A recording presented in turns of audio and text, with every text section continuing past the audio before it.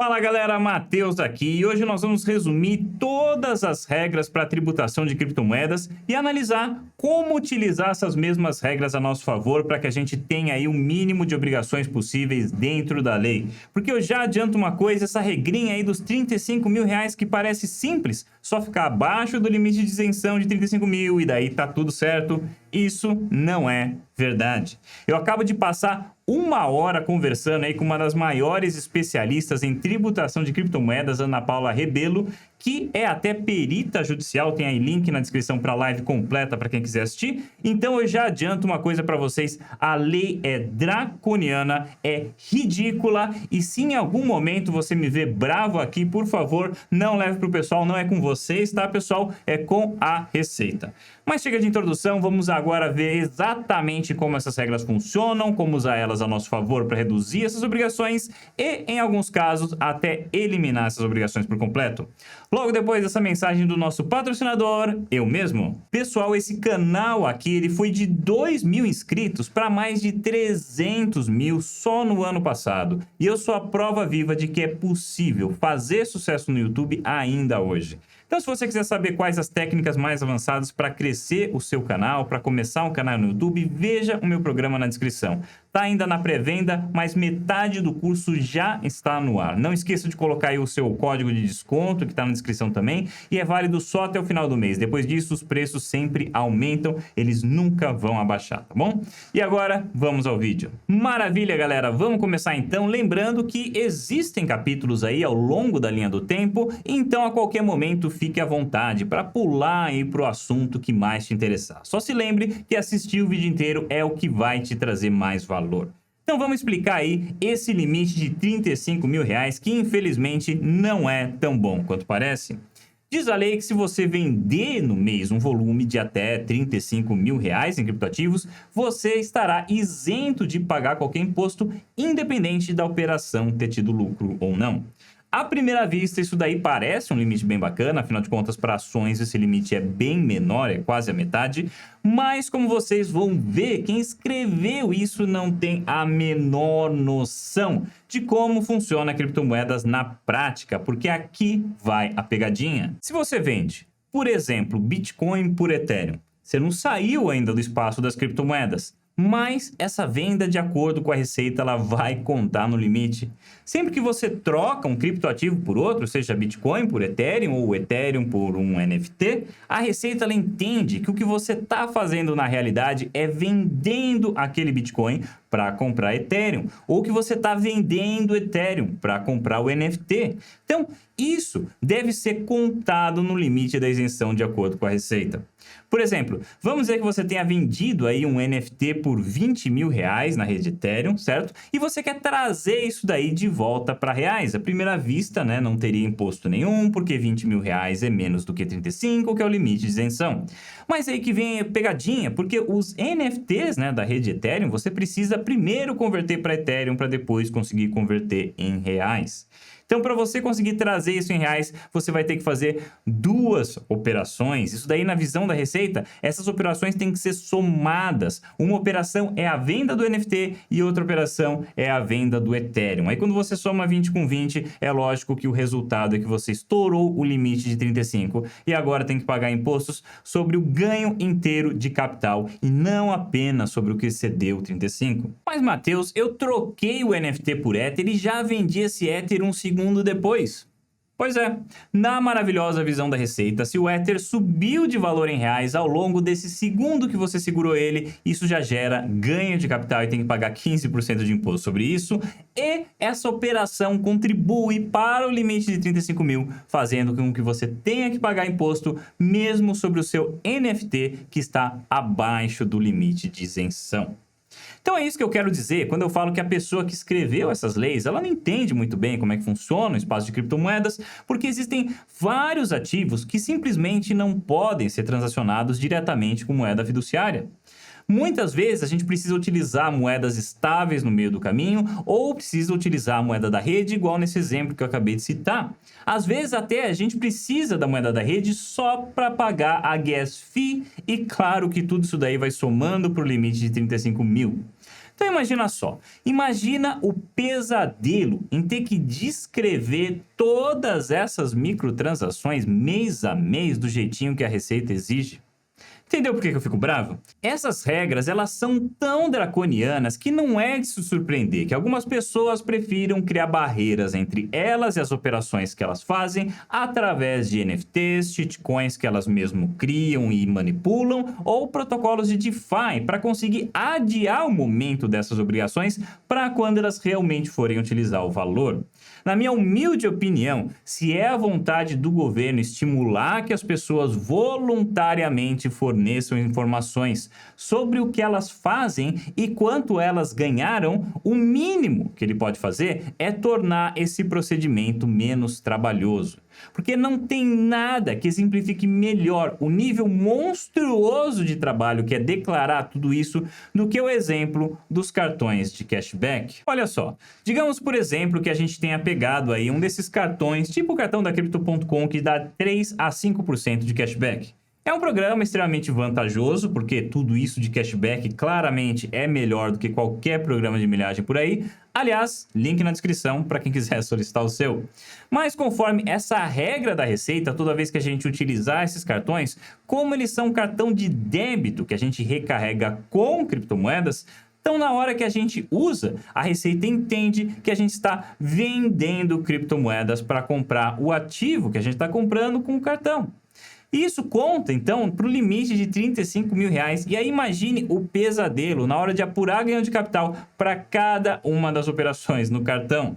Comprei um refri, tem que apurar ganho de capital. Aí tem que ver quanto estava a moeda na hora que a gente comprou o refri. Tem que ver quanto a gente pagou na moeda na hora que a gente carregou o cartão. Ah, foram mais de uma cargas no cartão? Então tem que tirar o preço médio delas. Ou tem que fazer a regra lá do primeiro a comprar, primeiro a sair e tal, regras de contabilidade. Será que é razoável pedir para as pessoas comuns saberem isso daí e preencherem um negócio desse nível de complexidade? Fica aí algo para a gente pensar. Para mim, a única coisa razoável de se pedir para as pessoas é que elas entrem no nosso servidor do Discord. Totalmente gratuito para você se informar mais sobre criptomoedas, conseguir falar mais comigo. Aproveite que tem pouca gente lá, eu consigo responder perguntas ainda que as pessoas colocam. Então não deixe de conferir aí na descrição. Mas beleza, Matheus. O que eu quero saber mesmo é se essas empresas de cartão cripto ou se as corretoras de criptomoedas, se elas já são automaticamente obrigadas a fornecer essas informações para a Receita, por que então eu preciso informar também? E aí, na realidade, a resposta depende, porque se a corretora ou a empresa de cartão não for brasileira, ela não é obrigada a informar e ela não vai informar. Então, se você estiver operando com uma corretora aqui do Brasil, todas as operações que você fizer, seja para comprar e vender criptomoedas ou para fazer compras com o seu cartão dela, tudo isso vai ser informado. E aí, lógico, tem pessoas que gostam disso porque acham mais prático e tem pessoas que simplesmente não querem esse tipo de informação divulgada. As empresas estrangeiras como Binance, FTX, BlockFi ou a Crypto.com, essas empresas elas não são obrigadas a informar e por isso elas não informam. Então aí vai de cada um escolher o que prefere. Mas eu preciso avisar que segundo as normas da Receita, nós somos obrigados a preencher um relatório chamado IN 1888, informando toda e qualquer operação quando a corretora não fizer isso por nós e o volume de transações, tanto aí compra como venda, nesse caso vai somar, quando esse volume de transações for R$30 mil ou mais no mês. Então eu já vou falar já, tá, pessoal, como usar as regras a nosso favor para minimizar as obrigações, mas só para terminar de explicar aqui as regras de como funciona, eu vou falar rapidamente dos ganhos em mineração e contas de rendimento. Para quem minera, a regra é bastante simples, mas não vamos confundir simples com boa, certo? A Receita diz que toda criptomoeda gerada por mineração, ela entra na nossa conta a custo zero. Isso significa que quando ela cai na nossa carteira, a gente não precisa pagar nada sobre isso, mas quando a gente for vender, aí sim vai precisar apurar ganho de capital, se as operações forem além dos 35 mil de isenção. E como a Receita entende que a criptomoeda entrou na nossa carteira a custo zero, isso basicamente significa que o valor integral da venda é o ganho de capital e basta aí aplicar 15% sobre todo o valor da venda. Então, mais uma vez, a Receita mostrando que não entende que mineração tem custo de energia, tem manutenção das peças e tem depreciação dos equipamentos, porque ela não aceita que se abata nenhum desses custos, tudo entra a custo zero mesmo. E para contas de rendimento acontece a mesma coisa, airdrops também acontece a mesma coisa, vai cair na mesma regra da mineração, ou seja, o que você ganhar vai entrar na sua conta a custo zero, e na hora que você for vender, se ultrapassar o limite de 35 mil, vai ter que apurar ganho de capital, considerando custo zero na entrada. Ok, Matheus, chega dessas regras ridículas. Tem alguma forma de minimizar essas obrigações? Bom, meus amigos, obviamente eu só posso falar dentro da esfera legal, até porque é isso que eu faço e eu gosto de dormir bem de noite. Então eu vou falar em linhas gerais soluções que normalmente são utilizadas pelo mercado, só lembrando que isso não é uma recomendação tributária, eu só estou descrevendo de maneira genérica para fins educacionais. Só um profissional específico desse assunto pode te dar recomendações voltadas para o seu caso em particular. Então vamos lá. Primeira coisa que algumas pessoas fazem, obviamente, é ficar dentro do limite de isenção. Uau, que novidade, não é? Mas, graças a esse vídeo, você agora sabe exatamente como esse limite de 35 mil realmente funciona e sabe que tem uma live inteirinha na descrição te mostrando como preencher e o que preencher a cada mês. Então, para quem opera pouco, não vai ser difícil de brincar com esse limite e essa pode ser a solução para a maioria das pessoas. Já para quem opera aí volumes maiores, isso daí evidentemente vai dar mais trabalho, porque tem a necessidade de diluir as vendas ao longo de alguns meses e talvez utilizar derivativos ao longo desse tempo de venda para travar a cotação e impedir que a pessoa fique exposta à volatilidade do mercado. Os derivativos, cabe mencionar aqui, por mais que eles se baseiem em criptomoedas, não são considerados criptoativos e não contam para o limite de 35 mil reais. Apenas se lembre que qualquer ganho que você tiver com esses contratos, provavelmente vai cair aí na sua conta em moeda estável, que, como a gente já falou, é vista como cripto aos olhos da Receita.